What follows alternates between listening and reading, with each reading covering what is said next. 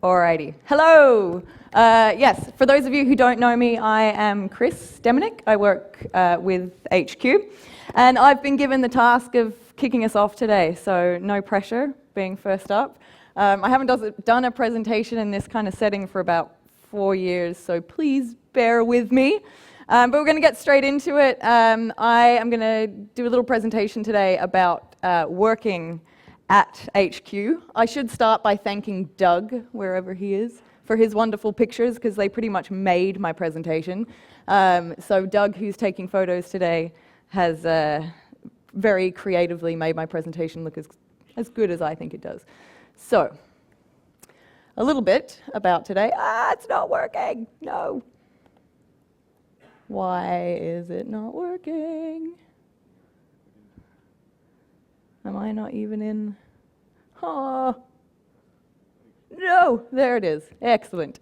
All right, so a little bit about what I'm going to talk about today. Really what I'm after is to explain to you the way HQ runs, who we are, how we're structured, what we get up to. Whilst it is a lot of fun, it's not all unicorns and rainbows. There's a lot of hard work that takes place at HQ and a lot of really talented people inside the HQ. And we've grown quite a lot in the last, say, 12 months.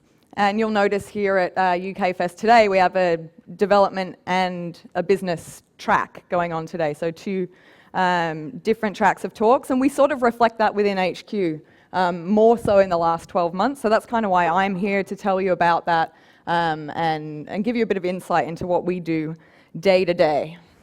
But before we get into that, we're going to break the ice. There is a bit of a game theme at UK Fest this year, so we're going to start it off with a game. If you've ever been to an Umbraco festival, you know mornings usually start with some sort of interactive participation, so I am going to continue that theme. So we're going to start with a little game of true or false, so you can get some trivia, some inside knowledge about HQ. And the way we're going to do this, really simple. I will put the question on the screen. I will ask those of you who think it is true, stand up, put your hand up. I'll then get you to sit down. Anyone who thinks it's false, stand up, hands up. So you have to get up and down. Just think about it like you're doing your squats for the day.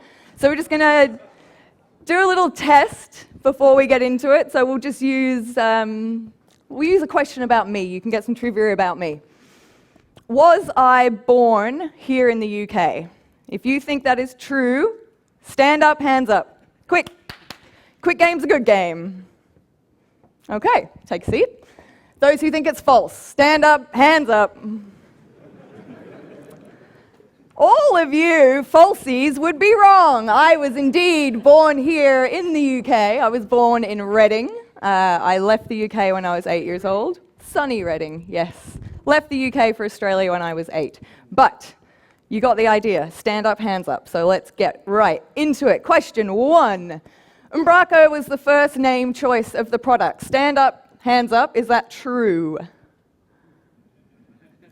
Woohoo! One at the back. Stand up, hands up. Is that false?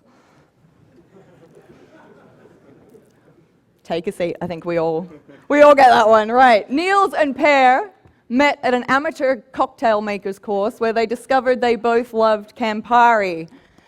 Stand up, hands up, is that true? Couple? Take a seat. Stand up, hands up, is that false? That would be false. They met at a tech meetup. It's a very believable story. Yeah, it's a believable one, but the Campari story could be true, so. If Niels had received funding for his electro-music art installation project, Umbraco might not exist today. Hand up, stand up, true.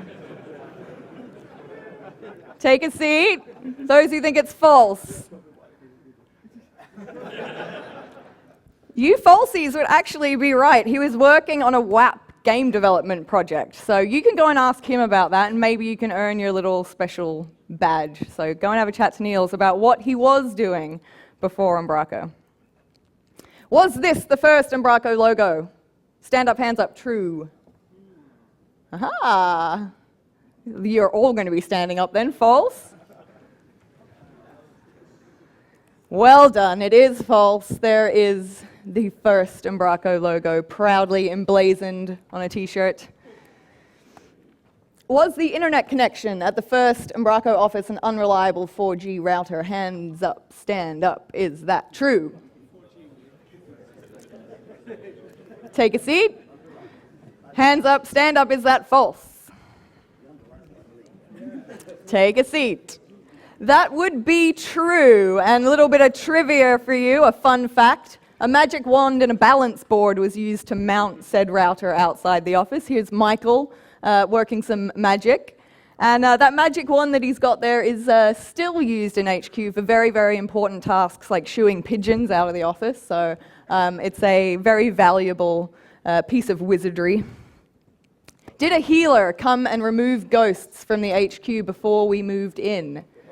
Stand up, hands up, is that true? Take a seat, is it false? Hands up, stand up. Take a seat. It is false, but maybe we should have.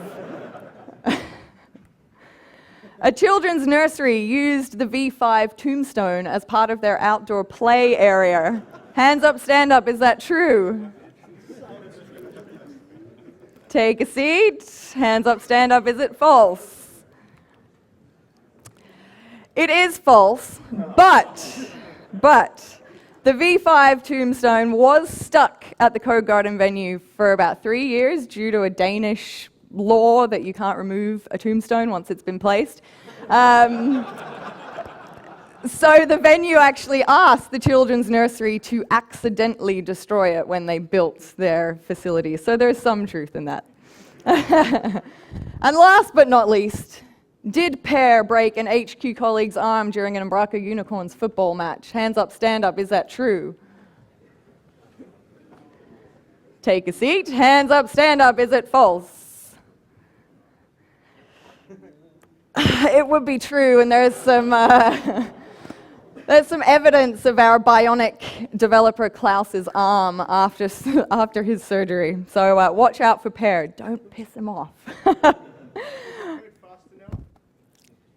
Ooh, he should do. We should check that. All right, so you should be sufficiently warm. You got your squats in for the day. So we're going to get right into it. You've learned a little bit of trivia about HQ, so now you're going to learn a little bit about me. Clearly, this is me, Kris. I come from a background of 5 years in digital advertising in Australia. I was a producer, a production house manager, an account manager. So I learned Umbraco as an editor and a trainer actually for all of our end users, our clients. So I learned it, writing user manuals and training people on how to be content editors. And I worked at a variety of different agencies, from small boutique agencies through to big network agencies like Publicis. And at one of these agencies, The Farm, my first job, I met a couple of people. This guy, Anthony Dang, down the front, and this guy, who you should recognize as Mr. Shannon Deminick. So I clearly went on to marry one of them. Sorry, Dang, it just wasn't going to work out. Yes, I am an Umbraco wife, so I am... Hey? Stop heckling. I am the other half of the Deminicks. And then I came on board with Umbraco HQ when we moved to Denmark about 1.5 years ago. I came on board as the solo communications wizard, and I'm now part of the larger Triple S team, sales, service, and support, with my own sidekick and legendary wordsmith, Vera, who you will meet later on in the presentation. So that's sort of how I learnt Umbraco and came on board to work for them. The rest of the business. HQ, how many people are we? 23 people in Denmark, 1 in the UK, Warren, 1 in France, and 2 in the US. Very hard to get a picture of all of us together, but we did all right there. That was at Code Garden this year. But who are we? We're 1 Ironman athlete, 22 coffee addicts, 1 competitive sailor, 55% of us are parents, We also have 1 competitive shooter, 3 electro musicians or ex-DJs, 2 ex-military personnel, 1 fitness instructor, and 40% of us have tattoos. So there's a little snapshot of who we are, and it kind of paints quite a fit picture of HQ, very active, but we do all love a drink, and we're very social as well, so I will be taking you through some of our social activities a little further on. So, HQ, where do we work? Hands up who's been to HQ, who's visited us over there? Yeah, a few of you? Cool. Well, if you ever find yourselves in Odense, please come by. The door is always open. We love having visitors. This is HQ, wonderful HQ from the outside. It's a sort of open plan, industrial, like glass walls, large and small meeting rooms, like a lot of shared breakout spaces. So it sort of facilitates collaboration and community, which really reflects our values and what Umbraco is all about. So I like to think that the space sort of reflects who we are. Really collaborative in the front, and then we have this. It's part of a museum, actually, this big diesel engine, working diesel engine. It's part of the Odense Train Museum, I think. So we've got really heavy machinery in the back, so it's kind of like Umbraco, the product. So if you're ever there, come along. Is it every Saturday, Niels? First Saturday of the month, they turn the engine on. It's pretty cool. Come down and have a look. So, how are we structured? We're 3 departments, obviously coming from a very heavy development background. So we have the dev team who take care of CMS or core, Umbraco Cloud, Umbraco Forms, and Umbraco Courier. We then have our product owners, Niels and Per, on CMS and Cloud, of course. And then we have the sales, service, and support department, which I'm part of, and has really grown this year, hence the reason I'm up here speaking. And we take care of support, the partner program, all marketing and comms, training, sales, onboarding. And that doesn't mean that people in other departments don't touch some of the areas that fall underneath us. We all sort of chop and change, but that's roughly how we're structured. And I like to say that we're 3 departments. I'm not using the word team for a reason. We're 3 departments and 1 team. That's really, really important, particularly with this change that I've been talking about in the last 12 months. It's really important to know that we do really still see ourselves as 1 team. And those 3 departments really all come together in the name of our mission statement. If you've seen any of Niels' presentations this year, you've probably seen this. But just a real quick recap of our mission statement: we help you deliver delightful digital experiences by making Umbraco friendly, simpler, and social.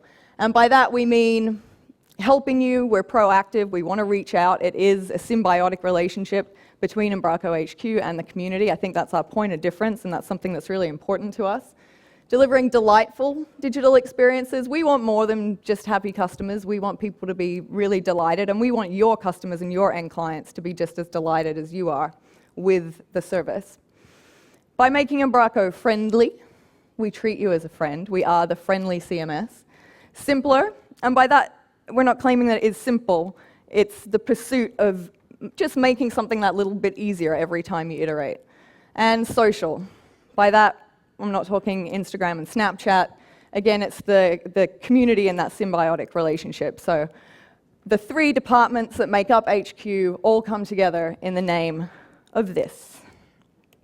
And that got me thinking. I've called this company mantra, and it's not an official company mantra. This is me talking. But I found this picture the other day. Some of you might recognize the page out of that book. It's called Get Shit Done. And I bought this book for Niels about 1.5 years ago when we first got to Denmark, before I'd even been hired by HQ. And I bought it because I felt it really embodied the Umbraco way from what I knew, obviously being married to Shannon and knowing Niels. And I just think it's really interesting that 1.5 years on, I find this, and we haven't lost it. And I think that's what's really important. That's what I want to get across today. I feel like the Get Shit Done book sort of embodies our values of trust and respect and open collaboration and being really hungry. This book is a collection of quotes about startups and about big ideas and big thinking. And it meant a lot a year and a half ago, and it still really rings true to how we approach Umbraco as a business. Whenever we have new staff come on board, they're inducted into every single department. It doesn't matter if they're a developer, a support staff, a marketer. They'll be inducted into every department, so they really understand Umbraco as a whole. We try to send them to the next meetup that's available or the next festival to really make sure that they get it, you know. And we have a question that we ask ourselves inside HQ if we're deliberating on something or trying to make a decision. We ask ourselves, is this better than what we had yesterday? And that sort of comes back to our mission statement of making things simpler. And I think it's really important because that's our point of difference, is being humble in the pursuit of being simpler and continually improving. So I just thought it was really interesting that I bought this book for Niels a year and a half ago, and here we are a year and a half on asking ourselves this question. It just shows that even though we have gone through a lot of growth and change, the soul of Umbraco has not changed, and that's really important to have faith in. So I'll take you through a little bit of a day in the life at HQ. So first up, arriving to work. You would think that would be easy, but not at HQ.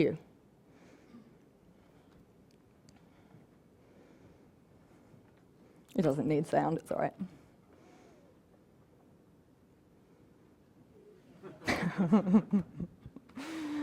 So you never know what's going to come at you as you walk through the door of HQ. For those of you who have visited, you probably have met the bunny, and I just had to call Shan out for getting scared. So you would think that it's easy. Next, woo, no, go back. So we start our days at HQ with a daily stand-up or a scrum, and we use that time to sort of share our tasks, our milestones, our goals for the day, to celebrate wins and make announcements. That was the Triple S team there. We have this gecko board, which I have really cleverly covered any sensitive information with some appropriate emojis. Anyone who's really clever will get the bunny and the giraffe and the rifle at the bottom. I thought I was really funny when I did that. But we have this gecko board, which displays numbers, active installs, blah, blah, blah. And we use this to sort of really remind ourselves of progress and celebrate our wins. So we do our stand-up around the gecko board. And if you're lucky, this might happen to celebrate a milestone. We seem to have developed an informal tradition of shooting confetti cannons to celebrate. You might have seen some of these on Instagram. So if you're lucky, one day when you come and visit HQ, you might get a confetti cannon. We think it's great. Our poor cleaning lady doesn't. Much to our delight, but not so much to hers. So from there, we go off, start our tasks for the day. And one thing that I want to bring to light is that we are, like I said, we are a real company. We're like you. Yeah, we have the boring stuff too. We have meetings as well. We are just like you. So these are just a few of the meetings that take place of a day at HQ. Core and cloud sprint planning every 2 weeks. We have a demo day every 2 weeks. Automated mail flows, we'll meet and review those, review their performance, review the content. We meet about the partner program every 2 weeks to make sure that we're staying on top of requests and all the hard work that Anders and his team do speaking to our partners, making sure that we're using that knowledge. We have a company town hall every month where the entire company gets together. And then, of course, management and staff meetings as well. So there is lots of fun, but there's lots of hard work too. We're just like you. Then we'll always take lunch together away from our desks. That's a sort of non-negotiable, and I think it's really, really good. We have 4 little tables, so you're always sitting with someone different, and it forces everyone to get away from their desks and take a break. And then we'll end the day, if it's a Monday, you'll go and play soccer, our incredibly attractive Umbraco Unicorns football team, or we might have drinks, on a Friday. So there's always different things going on. So that's a little snapshot in terms of what a day might look like. So now I'll take you through each of the departments and what we do. Obviously, I'll start with my own, the marketing team. So Vera there on the left, Martin, who's just newly come on board with HQ. and myself, our team marketing and comms. So what do we do? Well, like I said, we are a company just like many of you, and we really approach marketing like many of you. We are marketers, and it's pretty simple.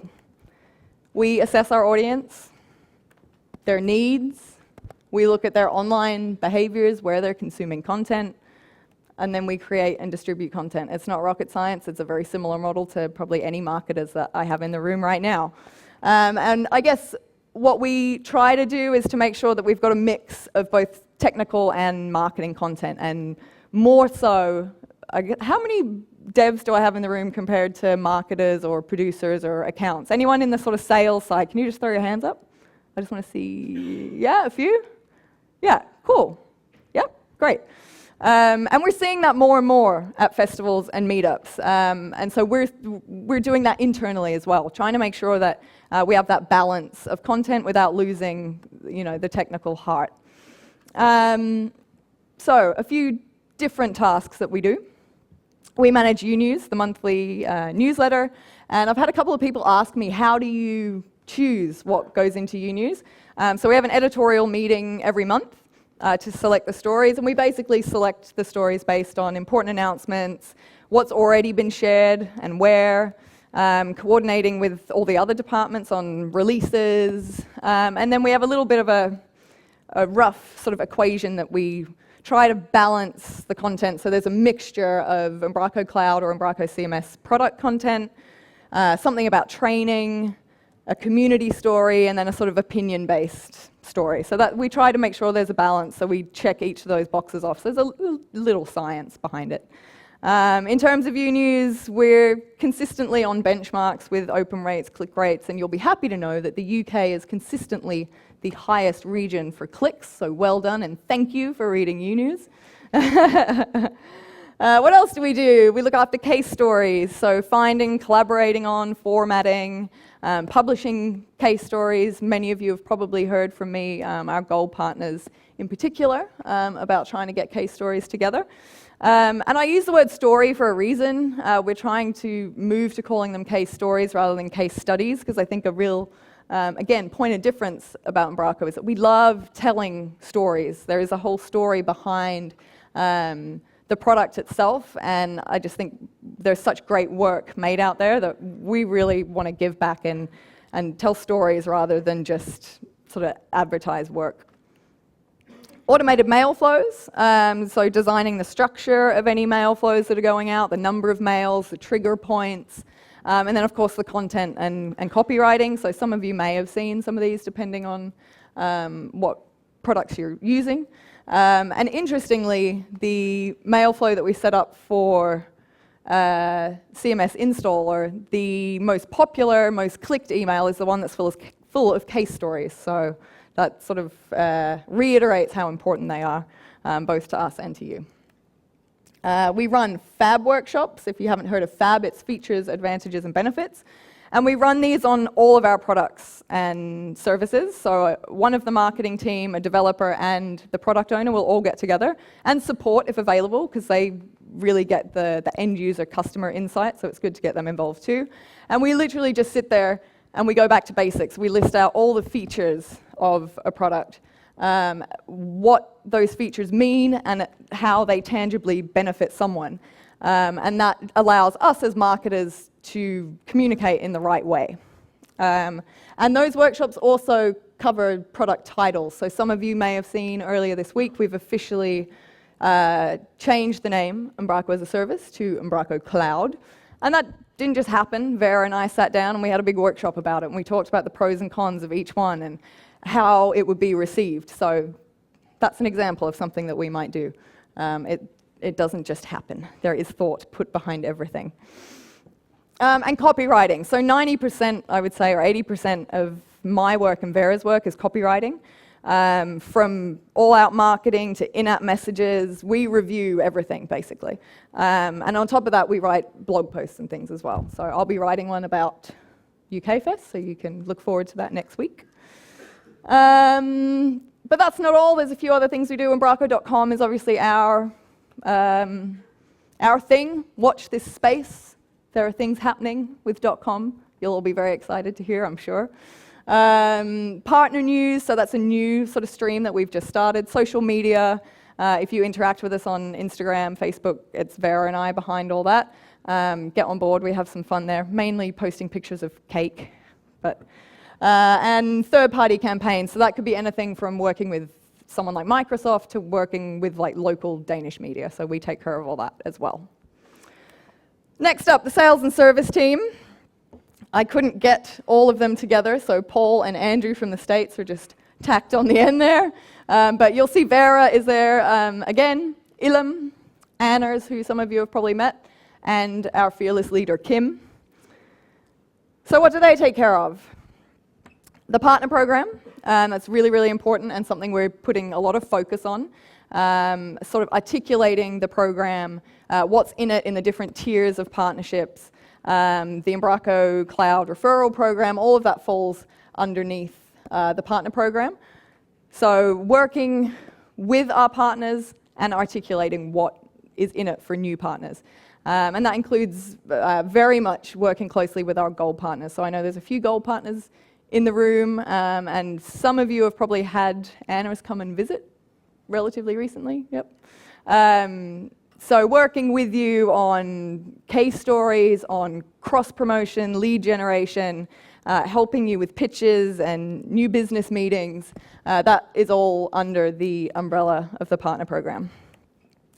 And then speaking of new business, so this is both fielding new customers who might come to us asking questions, but also actively seeking or proactively seeking new ones, so clients or agencies that we would like to work with. So that's anything from having phone conferences or meetings to clarify their needs and then handing them off to support and service team to be onboarded. Commercial support.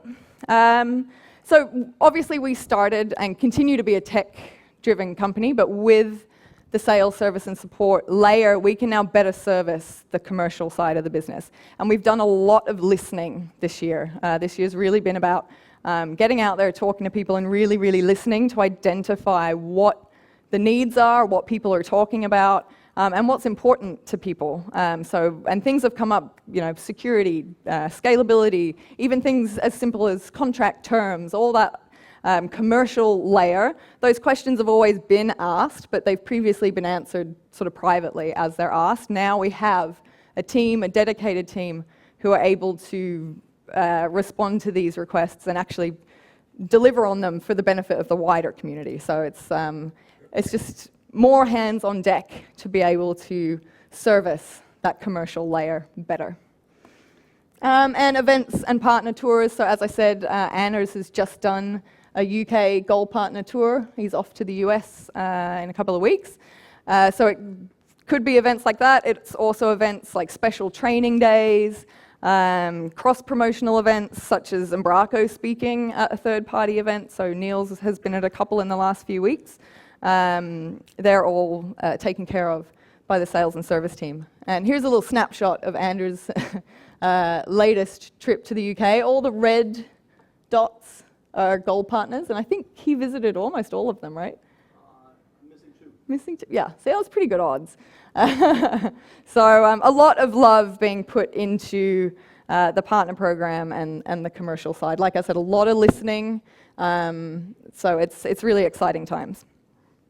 And then I just threw this in to the sales and service section because we often get a lot of questions, who's running Umbraco, or can you help us with this pitch, or we need to know if a government site runs Umbraco to ease questions of a client. And we've got a few references that always come up. I'm sure you've seen them in a lot of the other presentations. But I was asked by a few people for a sort of fresh round of who is running on Umbraco. So I put this together. A lot of them are UK-based. I did that obviously for a reason, so they're more relevant to you, but I think it's really cool to see that there's a real mixture here of charity or non-profit clients, consumer goods, finance, government. It really shows that Umbraco fits all things great and small. So that's something else that this team works on, is making sure that we're aware of who's running an Umbraco and seeking out those really cool stories. that help you as partners or as agencies sell Umbraco as a product. The support team, our lovely support boys there. If you were in HQ last week, it would have been poor Dennis on his own. Jim's just had a baby. George had an accident and was out at the hospital, and Runa was on holiday, so poor Dennis was all by himself. But testament to the fact that we all jump in and help each other out. Mr. Unicorn himself spent a couple of days on support with Dennis to help him out. So there's no task too small for anybody in the business. Everyone jumps in where it's needed and helps out. So the support team, obviously, they spend a lot of their time answering support tickets. Here is just a little snapshot up until September of this year of the number of tickets created and solved.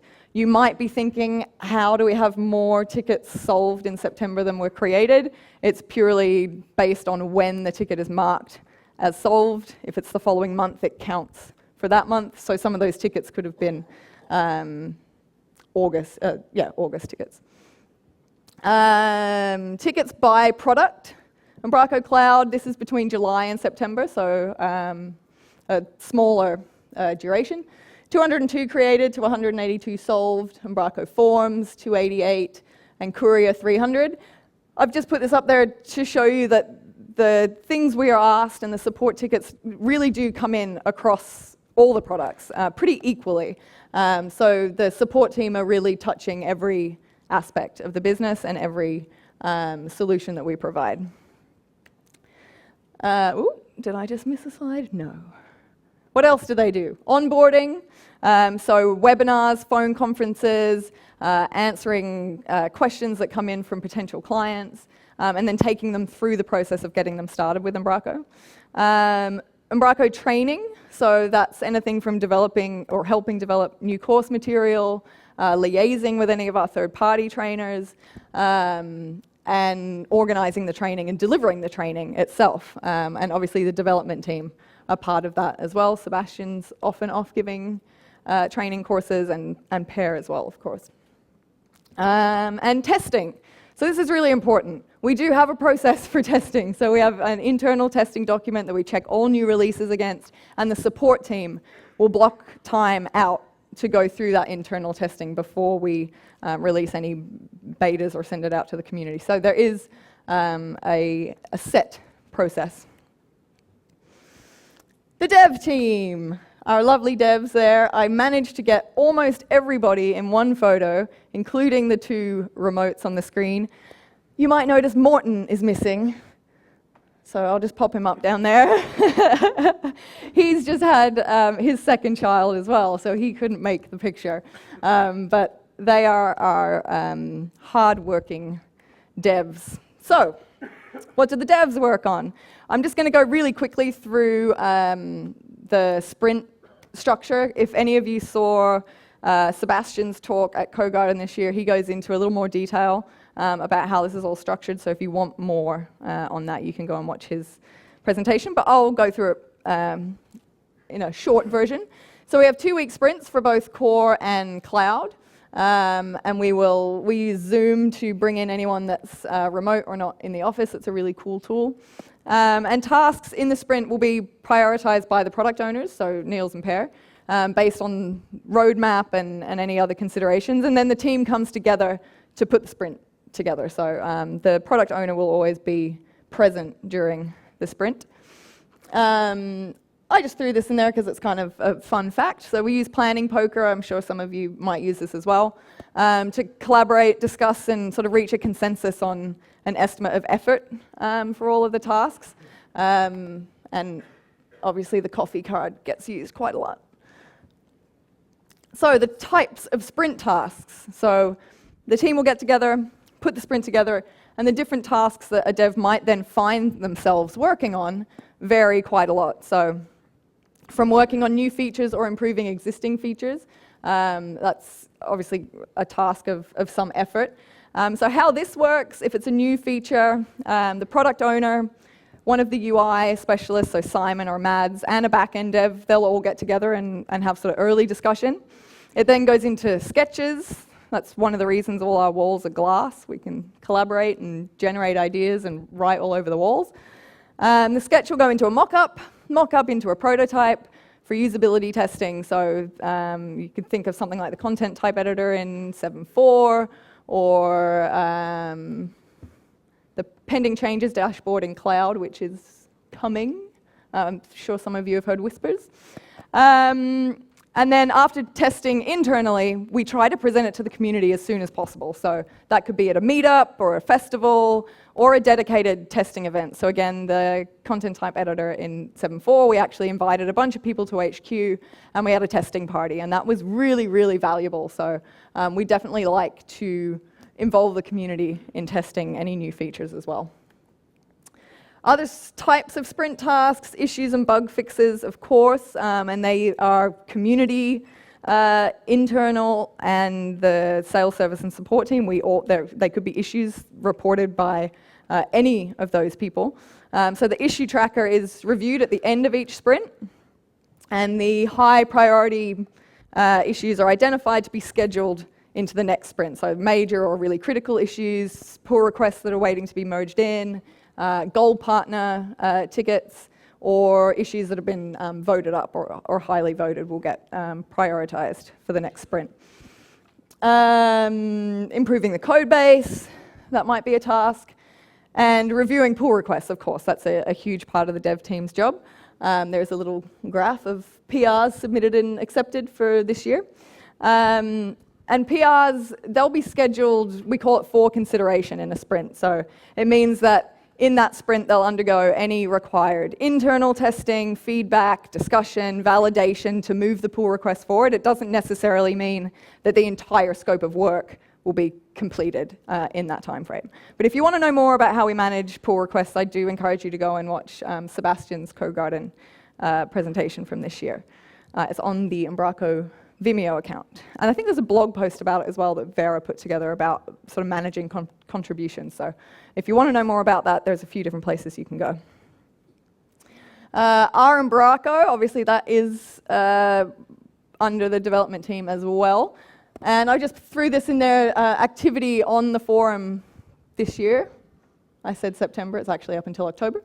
So the blue line, the number of topics created. The red line, those topics with one or more replies. And the orange line at the bottom there, those that are marked as solved. And you can see there's consistently activity on our, which is awesome, and it's very, very important to us.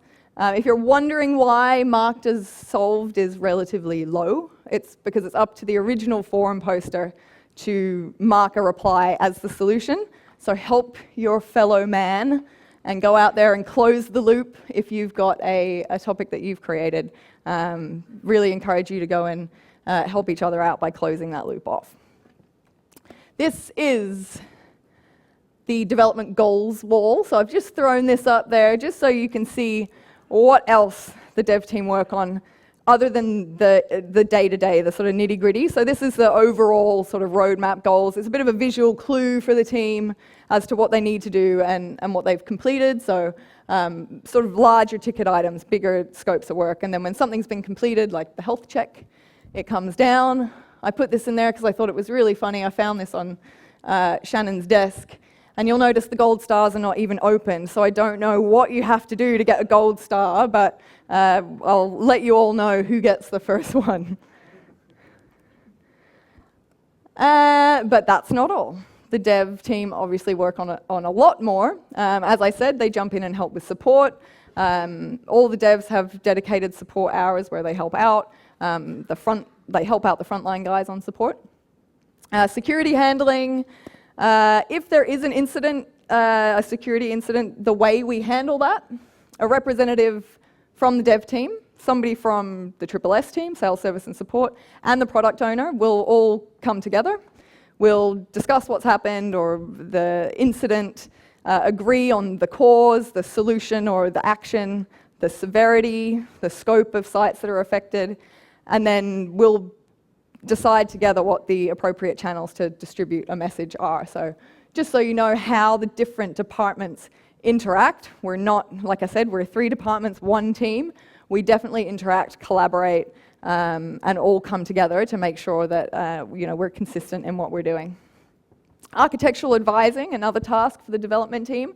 This is something that we offer our gold partners and enterprise level support customers, and it's a sort of bespoke custom agreement based on need. There will be a blog post about architectural advising going up next week if you want to know more about what that is and what we do and how we do it. And then Freedom Friday. So every 2 weeks, the development team have what we call Freedom Friday, and it's essentially time for them to work on any project that improves their skills or helps them learn something new, and something that contributes to the bigger meaning of the project. So the group will catch up at the beginning and the end of the day to share what each other are doing. So that's kind of a cool way to make sure that everybody's still motivated, still hungry, still learning.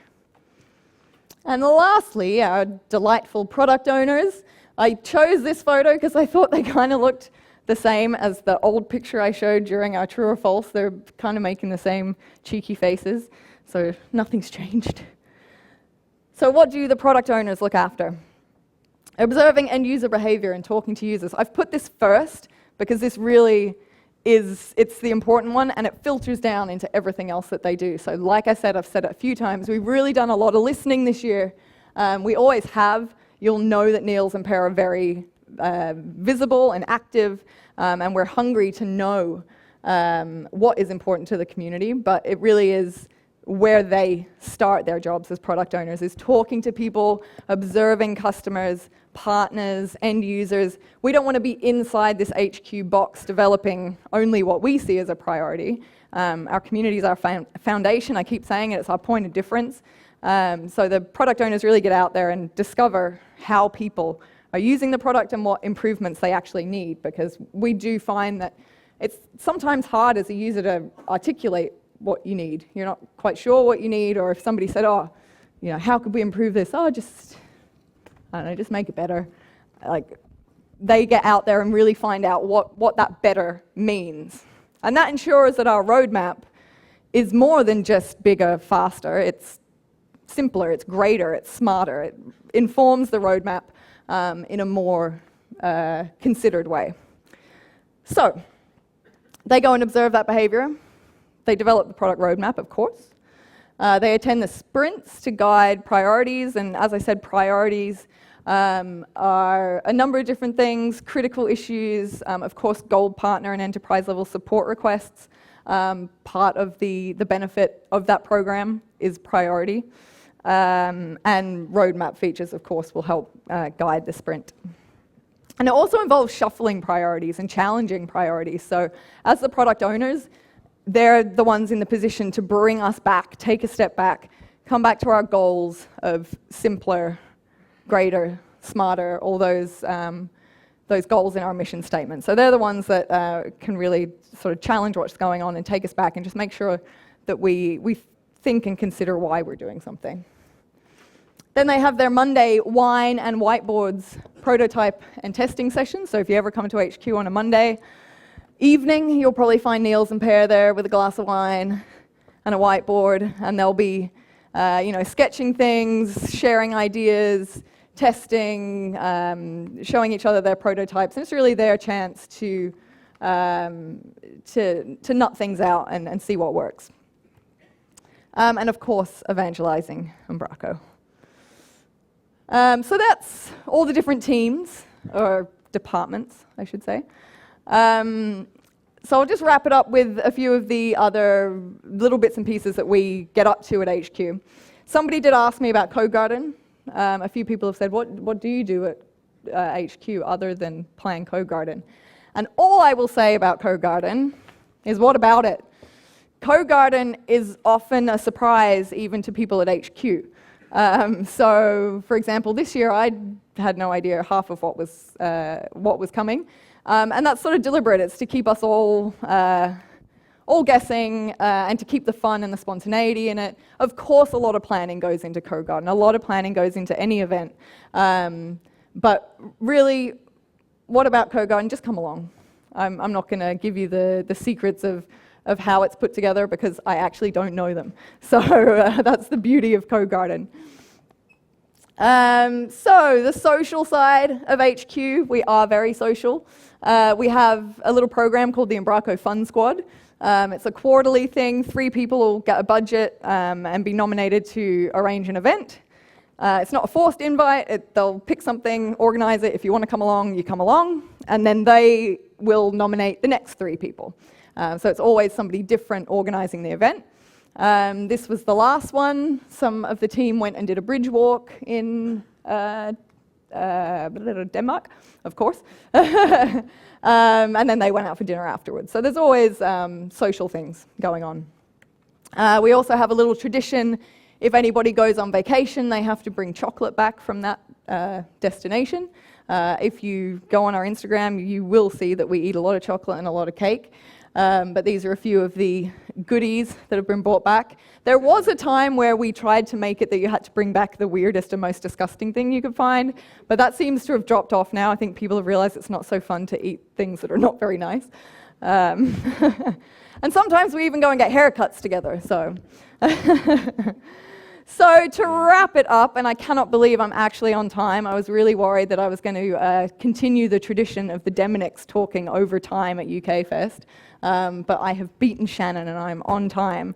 I'm very excited. So to put it simply, what is inside HQ? It's just 27 people really dedicated to being the friendly CMS. It's 3 departments embracing change to stay the same. And it's a hell of a lot of unicorn paraphernalia. So, just so you know who is here today from HQ, Niels, Per, Sebastian, Warren, Anders, and myself, we're all here. We're here all day. And whilst I was the easy way into what will probably be a beautifully brain-bending day of super exciting talks to come, I hope you have learned something valuable about HQ and what we do, and please do not hesitate to come and say hello. We love having a chat. Don't be shy. We're here all day, and thank you very much.